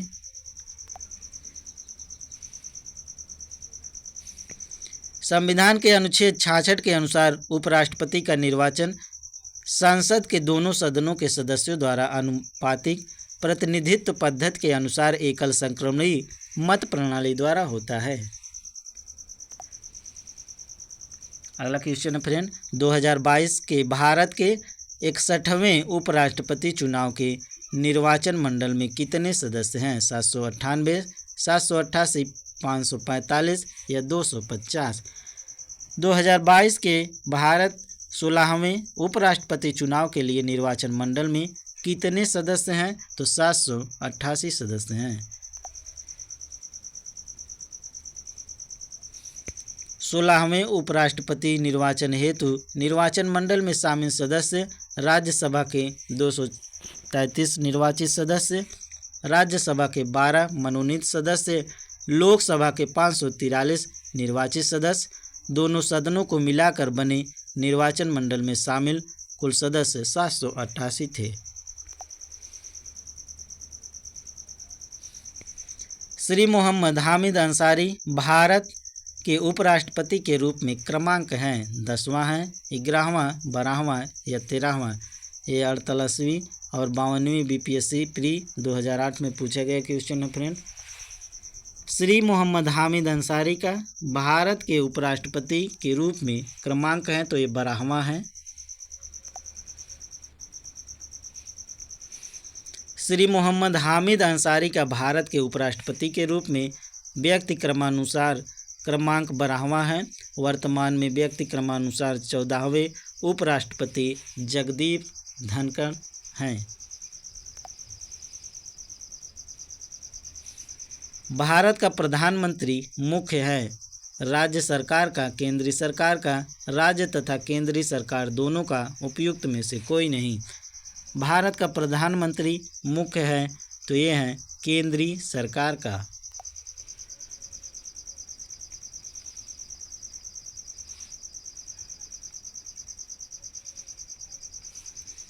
अनुच्छेद 74(1) के अनुसार राष्ट्रपति को सहायता और सलाह देने के लिए एक मंत्रिपरिषद होगी जिसका प्रधान प्रधानमंत्री होगा और राष्ट्रपति अपने कृत्यों का प्रयोग करने में ऐसी सलाह के अनुसार कार्य करेगा। इस प्रकार भारत का प्रधानमंत्री केंद्रीय सरकार का व्यवहारिक प्रमुख होता है। वस्तुतः यह लोकसभा में बहुमत प्राप्त दल या गठबंधन का नेता होता है। आमतौर पर भारत के प्रधानमंत्री होते हैं, संसद का सदस्य नहीं, लोकसभा का सदस्य, राज्यसभा का सदस्य या दोनों सदनों का सदस्य। आमतौर पर भारत के प्रधानमंत्री होते हैं लोकसभा का सदस्य। संविधान के अनुसार प्रधानमंत्री दोनों सदनों में से किसी भी सदस्य हो सकता है। आमतौर पर वह लोकसभा का सदस्य होता है क्योंकि लोकसभा जनता के द्वारा प्रत्यक्ष रूप से निर्वाचित निकाय है और यह लोकतांत्रिक ढंग से निर्वाचित सरकार का प्रतिनिधित्व करता है। फिर भी राज्यसभा के से प्रधानमंत्री बनाए जाने पर कोई प्रतिबंध नहीं है। लेकिन ज़्यादा लोकतांत्रिक यही है कि वह लोकसभा का सदस्य हो। भारत का प्रधानमंत्री किसके प्रति जवाबदेह है? मंत्रिमंडल के, राष्ट्रपति के, लोकसभा के, राज्यसभा के। भारत का प्रधानमंत्री किसके प्रति जवाबदेह है? तो ये लोकसभा के प्रति जवाबदेह है। भारतीय संविधान के अनुच्छेद 75(3) के तहत मंत्रिपरिषद सामूहिक रूप से लोकसभा के प्रति उत्तरदायी होती है। चूँकि मंत्रिपरिषद का प्रधान प्रधानमंत्री होता है, अतः प्रधानमंत्री भी लोकसभा के प्रति ही जवाबदेह होता है। संघीय मंत्रिपरिषद के मंत्री सामूहिक रूप से उत्तरदायी होते हैं, प्रधानमंत्री के प्रति, राष्ट्रपति के प्रति, संसद के प्रति और केवल लोकसभा के प्रति। तो ये होते हैं फ्रेंड केवल लोकसभा के प्रति।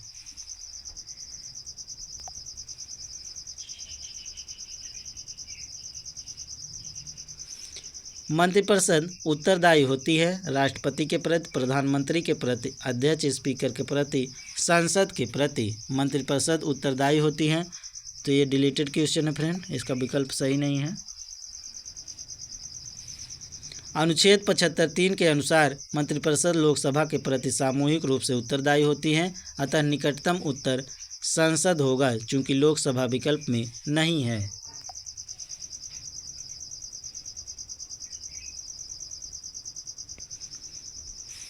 भारतीय राजनीतिक व्यवस्था में कार्यपालिका के अधीन रहकर कार्य करती है न्यायपालिका, विधायपालिका या चुनाव आयोग, संघ लोक सेवा आयोग। भारतीय राजनीतिक व्यवस्था में कार्यपालिका के अधीन रहकर कार्य करती है, तो ये करती है विधायिका। इसको ध्यान रखिएगा फ्रेंड।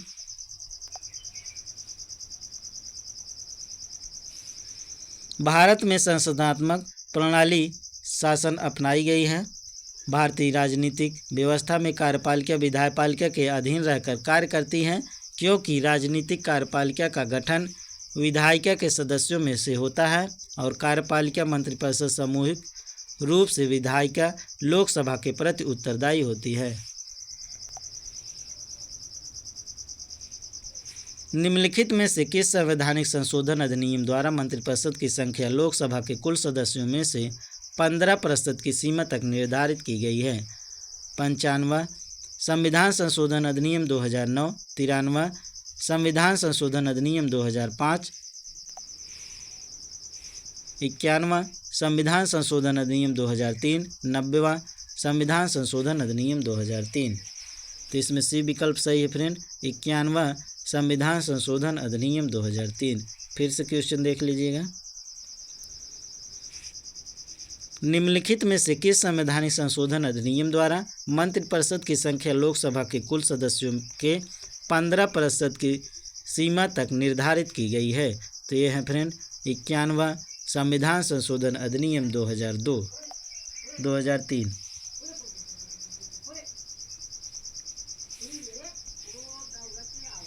इक्यानवां संविधान संशोधन अधिनियम 2003 द्वारा संविधान के अनुच्छेद 75 में खंड 1 का जोड़कर यह प्रावधान किया गया है कि मंत्रिपरिषद में प्रधानमंत्री सहित मंत्रियों की कुल संख्या लोकसभा के कुल सदस्यों की संख्या 15% से अधिक नहीं होनी चाहिए। अतः विकल्प जो है बी सही उत्तर है।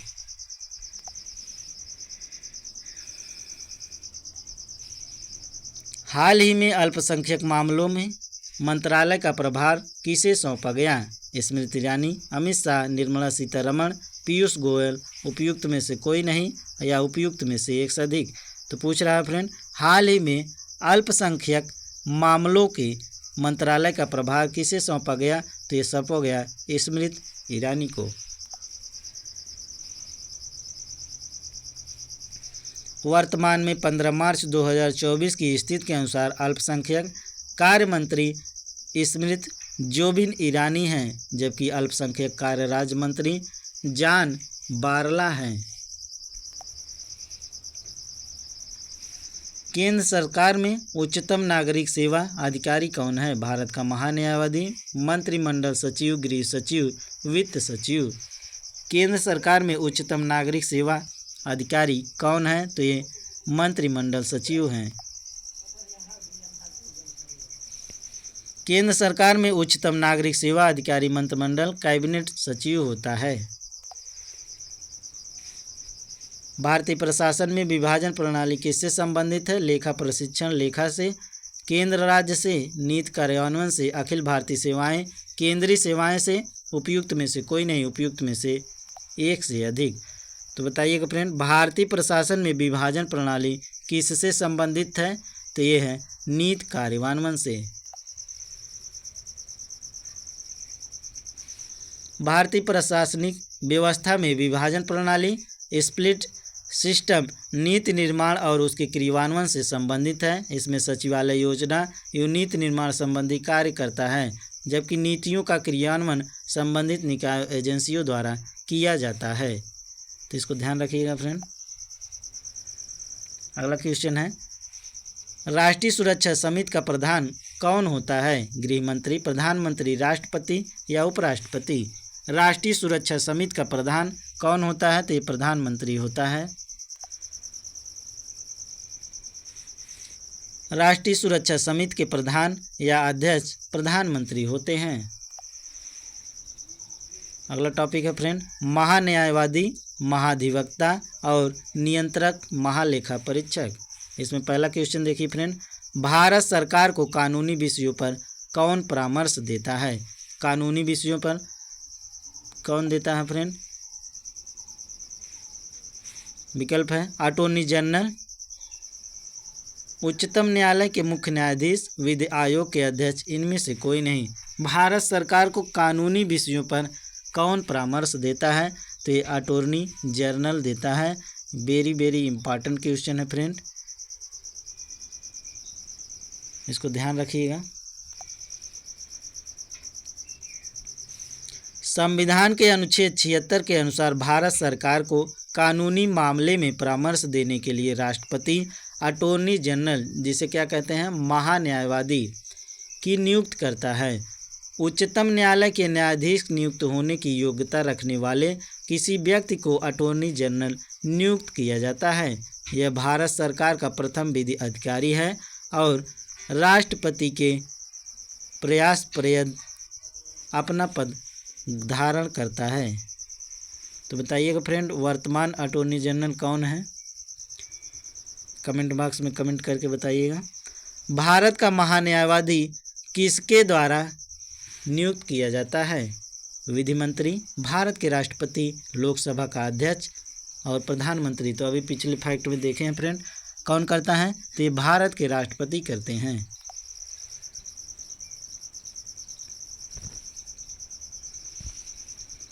भारत सरकार का कौन सा अधिकारी सदस्य न होते हुए भी भारतीय संसद की कार्यवाही में भाग लेने का अधिकार रखता है? तो वो है फ्रेंड उपराष्ट्रपति है, अटॉर्नी जनरल, नियंत्रक एवं महालेखाकार जिसे कहते हैं, या चुनाव आयुक्त, या उपयुक्त में से कोई नहीं, उपयुक्त में से एक से अधिक। तो बताइएगा फ्रेंड, भारत सरकार का कौन सा अधिकारी सदस्य न होते हुए भी भारतीय संसद की कार्यवाही में भाग लेने का अधिकार रखता है? तो है अटॉर्नी जनरल।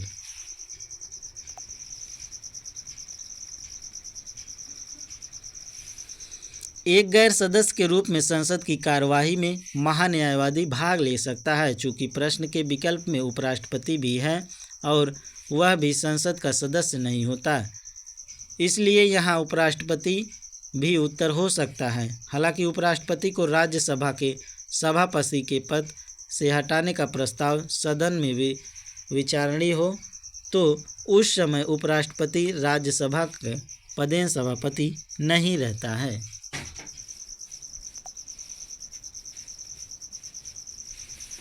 इस दौरान वह सदन का हिस्सा होता है और इस संदर्भ में वह सदन में अपनी बात रख सकता है। यदि संसद के दोनों सदनों में से किसी भी सदन की कार्यवाही में भाग लेने की बात हो तो वह उत्तर महान्यायवादी ही होगा, क्योंकि उपराष्ट्रपति की भागीदारी राज्यसभा में ही होती है। साथ ही प्रश्न में भारत सरकार का अधिकारी ऑफिसर शब्द प्रयुक्त हुआ है,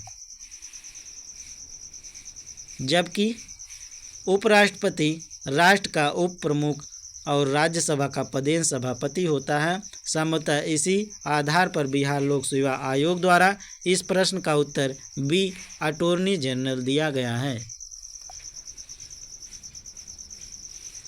एक गैर सदस्य के रूप में संसद के किसी भी सदन की कार्यवाही में भाग ले सकता है उपराष्ट्रपति, मुख्य न्यायाधीश, महान्यायवादी,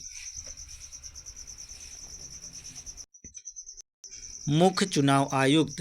तो बताइएगा फ्रेंड, अभी पिछले फैक्ट में पढ़े थे आप, एक गैर सदस्य के रूप में संसद के किसी एक सदन की कार्यवाही में भाग ले सकता है। तो ये दोनों ले सकते हैं फ्रेंड, उपराष्ट्रपति और महान्यायवादी।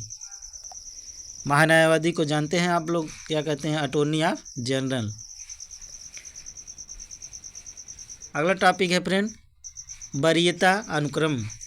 तो इसमें पहला क्वेश्चन है, भारत के वरीयता क्रम में निम्नलिखित में से कौन पहले आता है? यूपीएससी का अध्यक्ष, मुख्य चुनाव आयुक्त।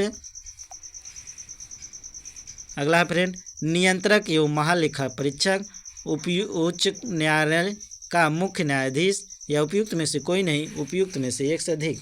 तो बताइएगा फ्रेंड, भारत के वरीयता क्रम में निम्नलिखित में से कौन पहले आता है? तो इसमें दिया गया है, इसमें ई विकल्प है फ्रेंड। फैक्ट देख लीजिए, वरीयता अनुक्रम टेबल ऑफ प्रेसिडेंस केंद्र एवं राज्य सरकारों में विभिन्न पदाधिकारियों की रैंक एवं आर्डर से संबंधित है। इस संबंध में वर्तमान अधिसूचना 26 जुलाई 1979 को जारी की गई थी, जिसके अनुसार संघ लोक सेवा आयोग के अध्यक्ष, यूपीएससी मुख्य निर्वाचन आयुक्त सीईसी तथा भारत के नियंत्रक और महालेखा परीक्षक, जिसे कैग कहते हैं, को वरीयता क्रम में एक समान नौका में रखा गया है, जबकि उच्च न्यायालय के मुख्य न्यायाधीश को अपने न्यायिक क्षेत्र में 14वें तथा उसके बाहर 17वें क्रम पर रखा गया है। अतः विकल्प ई सही उत्तर है। निम्नलिखित शब्दों को तार्किक और सार्थक क्रम में सजाइए। उपराष्ट्रपति, राष्ट्रपति, अध्यक्ष, प्रधानमंत्री, संसद। तो ये आप सबको पता है फ्रेंड, इसको तार्किक तरीके से सजा लीजिएगा। इसमें सी विकल्प जो है सही है, पहले दूसरा, फिर पहला, फिर चौथा, फिर तीसरा, फिर पांचवा। तो देख लीजिए, पहले जो है दूसरा हो जाएगा राष्ट्रपति, उसके बाद पहला उपराष्ट्रपति, उसके बाद चौथा प्रधानमंत्री, उसके बाद है अध्यक्ष, उसके बाद संसद। तो ये है क्रम, ठीक। राष्ट्रपति के बाद कौन आता है? उपराष्ट्रपति, उसके बाद कौन आता है? उसके बाद प्रधानमंत्री, उसके बाद अध्यक्ष, उसके बाद संसद।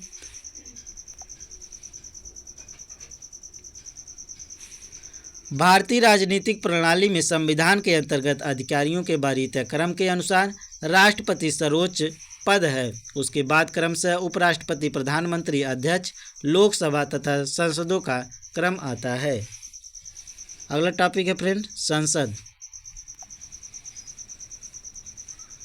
जिसमें है लोकसभा। इसका पहला क्वेश्चन देखिए फ्रेंड, लोकसभा के लिए चुनाव में निर्वाचित होने के लिए किसी व्यक्ति के लिए न्यूनतम आयु सीमा है 18 वर्ष, 21 वर्ष, 25 वर्ष, इनमें से कोई नहीं। लोकसभा के लिए निर्वाचन या चुनाव में निर्वाचित होने वाले किसी व्यक्ति के लिए न्यूनतम आयु सीमा है तो है 25 वर्ष।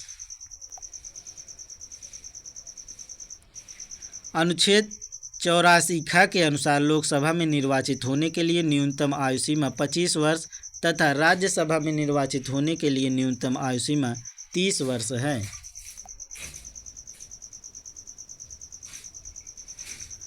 लोकसभा का सदस्य चुने जाने के लिए एक व्यक्ति को किस आयु से कम का नहीं होना चाहिए? 18 वर्ष, 21 वर्ष, 25 वर्ष या 30 वर्ष। तो अभी पिछले क्वेश्चन में देखें फ्रेंड, कितना होना चाहिए? 25 वर्ष से कम नहीं होना चाहिए। संसद सदस्य बनने हेतु न्यूनतम उम्र क्या है? तो क्या है फ्रेंड? ये है 25 वर्ष। लोकसभा में राज्यवार सीटों का आवंटन सन 1971 की जनगणना पर आधारित है। यह निर्धारण किस वर्ष तक यथावत रहेगा? 2031 तक, 2026, 2021 या 2011 तक? तो ये 2026 तक यथावत रहेगा। संविधान के 84वें संशोधन अधिनियम 2000 द्वारा अनुच्छेद 81(3) के परंतुक में संशोधन करके वर्ष 2000 के स्थान पर लोकसभा में राज्यवार सीटों के आवंटन का निर्धारण वर्ष 2026 तक संशोधित किया गया। तब तक लोकसभा में स्थान निर्धारण के लिए 1971 की जनगणना आधार होगी।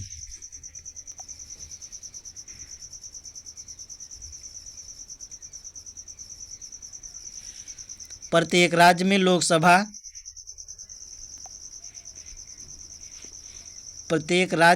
लोकसभा की सीटों का निर्धारण परिसीमन आयोग द्वारा किया जाता है। इस परिसीमन को किस वर्ष तक रोक दिया गया? 2024, 2026, 2025 या 2027? प्रत्येक राज्य में लोकसभा की सीटों का निर्धारण परिसीमन आयोग द्वारा किया जाता है। इस परिसीमन को किस वर्ष तक रोक दिया गया है? तो ये 2026 तक रोक दिया गया है।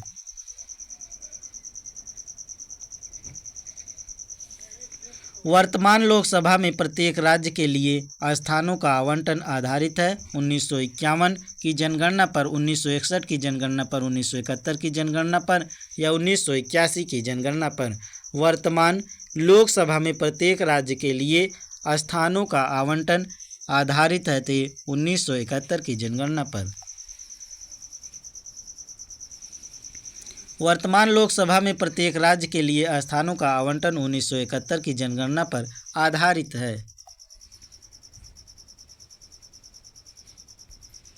लोकसभा में आंग्ल भारतीय समुदाय के सदस्य मनोनीत करने की शक्ति किसके पास है? अल्पसंख्यक, भारत के राष्ट्रपति, प्रधानमंत्री या उपराष्ट्रपति के पास? लोकसभा में आंग्ल भारतीय समुदाय से सदस्य मनोनीत करने की शक्ति किसके पास है? तो ये भारत के राष्ट्रपति के पास है। प्रश्नकाल में अनुच्छेद 331 के अनुसार लोकसभा में आंग्ल भारतीय समुदाय के सदस्यों को मनोनीत करने की शक्ति राष्ट्रपति के पास थी। राष्ट्रपति अधिकतम 2 सदस्यों को नामित कर सकता था। 104वें संविधान संशोधन अधिनियम 2019 द्वारा अनुच्छेद 334 में संशोधन करके लोकसभा एवं राज्यसभा विधानसभाओं में अनुसूचित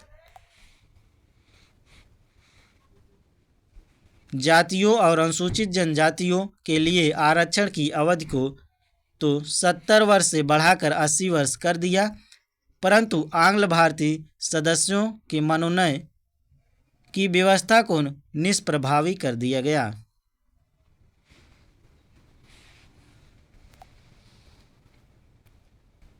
अगला क्वेश्चन फ्रेंड, लोकसभा को उसके कार्यकाल की समाप्ति के पूर्व ही भंग किया जा सकता है। राष्ट्रपति द्वारा उसके इच्छानुसार, अध्यक्ष स्पीकर द्वारा, राष्ट्रपति द्वारा मंत्रिपरिषद की सलाह पर, राष्ट्रपति द्वारा अध्यक्ष की सलाह पर। तो बताइएगा फ्रेंड, लोकसभा को उसके कार्यकाल की समाप्ति के पूर्व ही भंग किया जा सकता है। तो ये किया जा सकता है राष्ट्रपति द्वारा मंत्रिपरिषद की सलाह पर।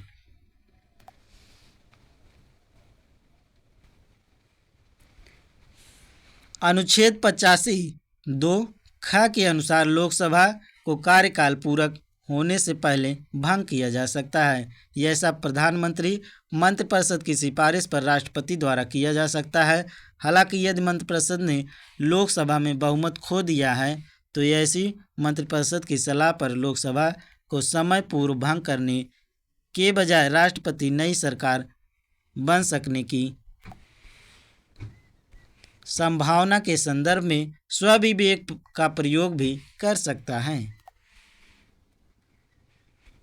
लोकसभा को कार्यकाल पूरा होने के पहले भंग किया जा सकता है राष्ट्रपति द्वारा स्वविवेक से, प्रधानमंत्री द्वारा स्वविवेक से, लोकसभा अध्यक्ष द्वारा स्वविवेक से या प्रधानमंत्री पर राष्ट्रपति द्वारा। तो बताइए फ्रेंड, लोकसभा के सदस्यों का कार्यकाल पूरा होने के पहले भंग किया जा सकता है, तो ये प्रधानमंत्री की सिफारिश पर राष्ट्रपति द्वारा। अनुच्छेद 85(2) ख के अनुसार लोकसभा को कार्यकाल पूरा होने से पहले भंग किया जा सकता है। यह सब प्रधानमंत्री मंत्रिपरिषद की सिफारिश पर राष्ट्रपति द्वारा किया जाता है। लोकसभा को उसके कार्यकाल की समाप्ति के पूर्व ही भंग किया जा सकता है राष्ट्रपति द्वारा, उसकी इच्छा अनुसार, अध्यक्ष स्पीकर द्वारा, राष्ट्रपति द्वारा, मंत्रिपरिषद की सलाह पर, राष्ट्रपति द्वारा अध्यक्ष की सलाह पर। तो बताइएगा फ्रेंड, लोकसभा को उसके कार्यकाल की समाप्ति के पूर्व ही भंग किया जा सकता है, तो ये राष्ट्रपति द्वारा मंत्रिपरिषद की सलाह पर।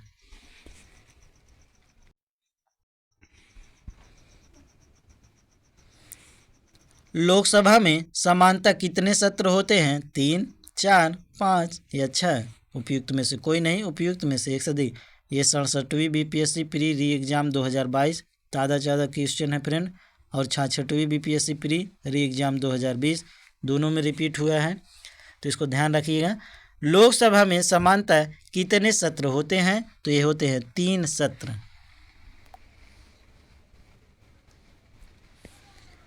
भारत के संविधान के अनुच्छेद 85 में संसद के सत्र, सत्रावसान और विघटन का प्रावधान है। इसके अंतर्गत राष्ट्रपति को संसद के प्रत्येक सदन का समय समय पर सत्र बुलाने की शक्ति दी गई है, परंतु राष्ट्रपति द्वारा संसद का सत्र इस प्रकार बुलाया जाना चाहिए कि एक सत्र की अंतिम बैठक और आगामी सत्र की प्रथम बैठक के मध्य 6 माह से अधिक का अंतर न हो। दूसरे शब्दों में, एक वर्ष में संसद का कम से कम 2 सत्र बुलाया जाना चाहिए। वैसे भारत में लोकसभा की एक वर्ष में सामान्यतः निम्न 3 सत्र बुलाए जाते हैं। पहला है बजट सत्र, जो कि फरवरी से मई में बुलाया जाता है। उसके बाद दूसरा मानसून सत्र, जो कि जुलाई अगस्त, और शीतकालीन सत्र, जो कि नवंबर या दिसंबर में बुलाया जाता है। लोकसभा के कम से कम कितने सत्र बुलाए जाते हैं? तो अभी पिछले क्वेश्चन में देखे हैं फ्रेंड, वो वर्ष में 2 बार बुलाए जाते हैं, अर्थात 6 महीने के अंतराल में। संसद के 2 सत्रों के बीच अधिकतम अंतराल होना चाहिए 4 महीने का, 6 महीने का, 1 वर्ष का, जो समय राष्ट्रपति निर्धारित करें। तो अभी पिछले क्वेश्चन में देखें फ्रेंड, संसद के 2 सत्रों के बीच अधिक अंतराल होना चाहिए, तो ये होना चाहिए 6 वर्ष या 6 महीने का।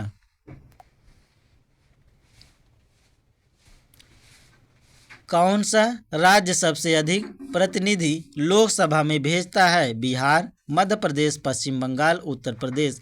कौन सा राज्य सबसे अधिक प्रतिनिधि लोकसभा में भेजता है? तो ये उत्तर प्रदेश भेजता है।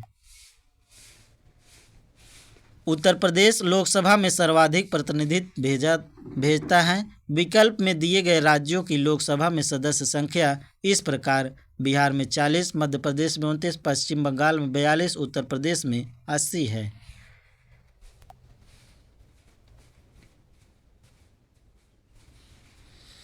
जहाँ तक लोकसभा में प्रतिनिधित्व का प्रश्न है, कौन से राज्य दूसरे तथा तीसरे दर्जे पर हैं? बिहार तथा महाराष्ट्र, मध्य प्रदेश तथा तमिलनाडु, मध्य प्रदेश तथा महाराष्ट्र, बिहार तथा मध्य प्रदेश।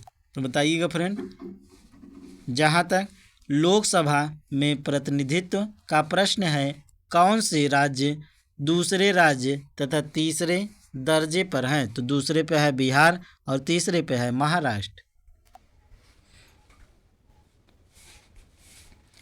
प्रश्नकाल के समय 3 नए राज्य नहीं बने थे। उस समय बिहार में लोकसभा सीटों की संख्या 54 तथा महाराष्ट्र में 48 थी। वर्ष 2000 में 3 नए राज्यों के गठन के साथ संख्या में परिवर्तन आया।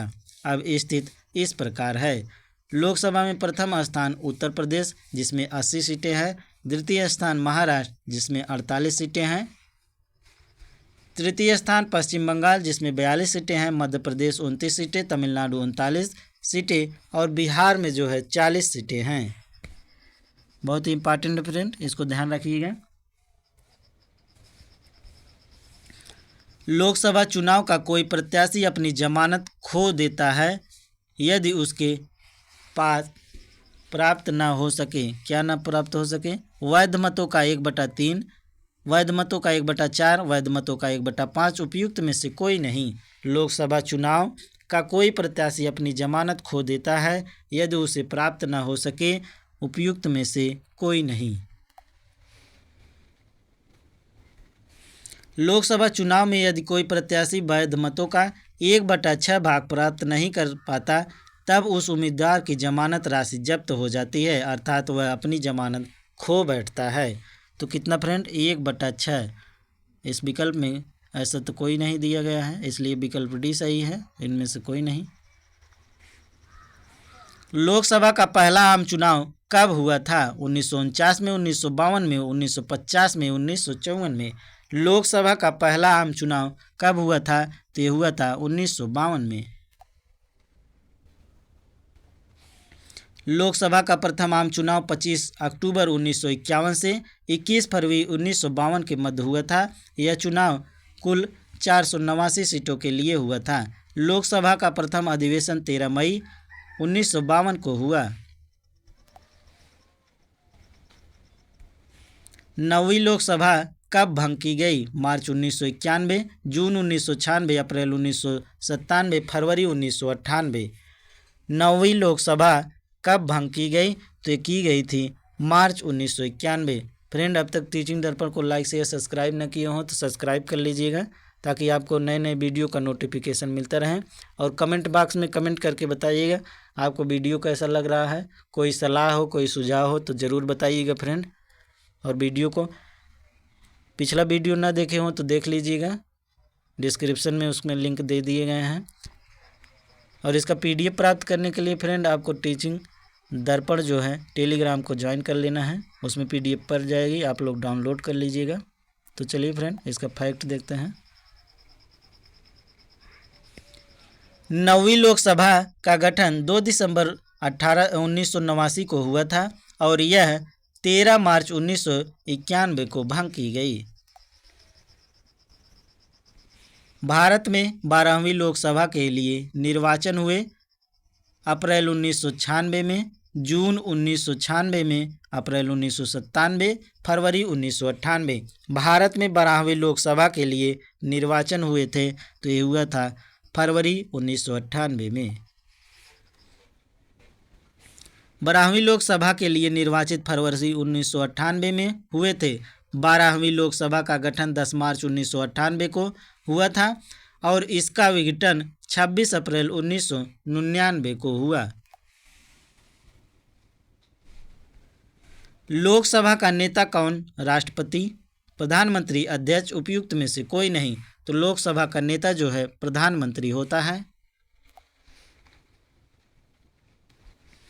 चूंकि अनुच्छेद 75(1) के अनुसार राष्ट्रपति लोकसभा में बहुमत दल के नेता को प्रधानमंत्री पद पर नियुक्त करता है, किसी भी सदन का नेता उस सदन का सदस्य ही होता है। यदि प्रधानमंत्री लोकसभा का सदस्य नहीं होता है तो लोकसभा में सदन का नेता किसी वरिष्ठ मंत्री को बनाया जाता है जो लोकसभा का सदस्य हो।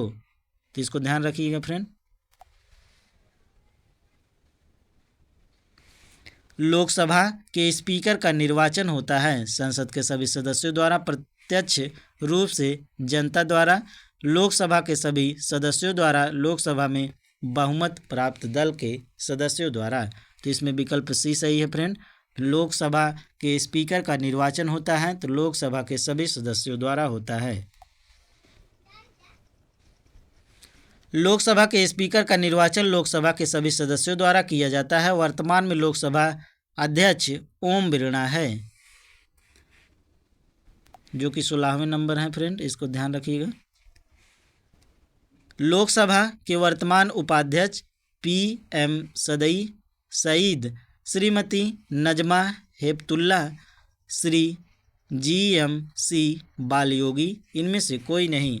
तो इसका विकल्प डी सही है फ्रेंड, इनमें से कोई नहीं। लोकसभा के वर्तमान उपाध्यक्ष इनमें से कोई नहीं है। 1999 में लोकसभा के उपाध्यक्ष PM सईद थे। वर्तमान में यह पद रिक्त है।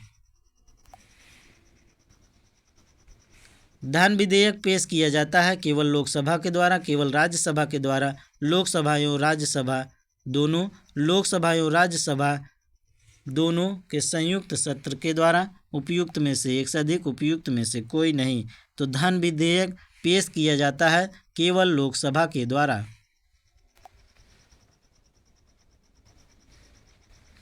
धन विधेयक लोकसभा में पेश किया जाता है। भारत के संसद का व्यय किसके द्वारा नियंत्रित किया जाता है? वित्त आयोग द्वारा, नियंत्रक एवं महालेखक द्वारा, उपयुक्त में से कोई नहीं, उपयुक्त में से एक से अधिक। भारत के संसद का व्यय किसके द्वारा नियंत्रित किया जाता है? तो इसमें ई विकल्प सही है फ्रेंड।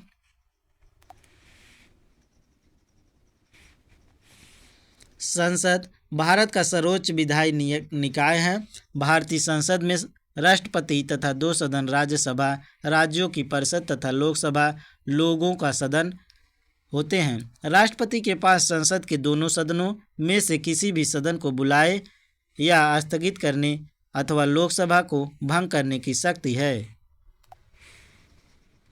भारत की संचित निधि, आकस्मिकता निधि व लेखा लोक लेखाओं पर भारत की संसद की अनुशंसा से ही वित्तीय स्वीकृति दी जाती है। अतः भारत के संसद का व्यय संसद द्वारा ही नियंत्रित किया जाता है। संसद के संयुक्त सत्र की अध्यक्षता कौन करता है? राष्ट्रपति, उपराष्ट्रपति, लोकसभा का अध्यक्ष या प्रधानमंत्री? संसद के संयुक्त सत्र की अध्यक्षता कौन करता है? तो ये लोकसभा का अध्यक्ष जो है करता है। संविधान के अनुच्छेद 118(4) के अनुसार संसद के दोनों सदनों की संयुक्त बैठक की अध्यक्षता लोकसभा का अध्यक्ष मतलब स्पीकर करता है। एक MP की सीट को रिक्त घोषित किया जा सकता है यदि वह सदन से लगातार की अवधि के लिए अनुपस्थित रहता है। 6 माह के लिए, 2 माह या 3 माह या 1 वर्ष। एक MP की सीटों को रिक्त घोषित किया जा सकता है यदि वह सदन में लगातार की अवधि के लिए अनुपस्थित रहता है, तो 6 माह के लिए।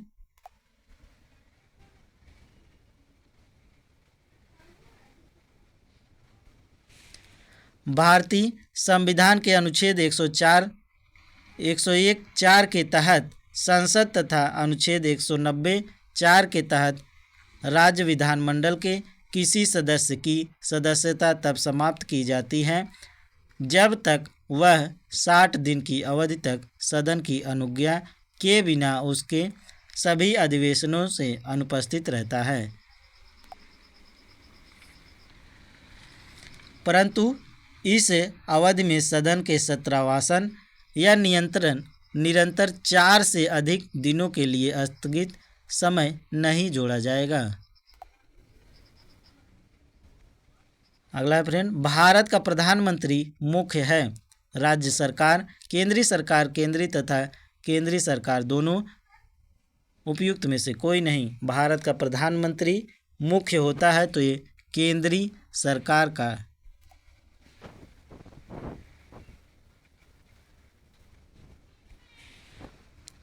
अनुच्छेद 74(1) के अनुसार राष्ट्रपति को सहायता और सलाह देने के लिए एक मंत्रिपरिषद होगी जिसका प्रधान प्रधानमंत्री होगा। हमारा संविधान मंत्रिमंडल प्रणाली को मान्यता देता है। इस प्रकार भारत का प्रधानमंत्री केंद्रीय सरकार का प्रमुख होता है।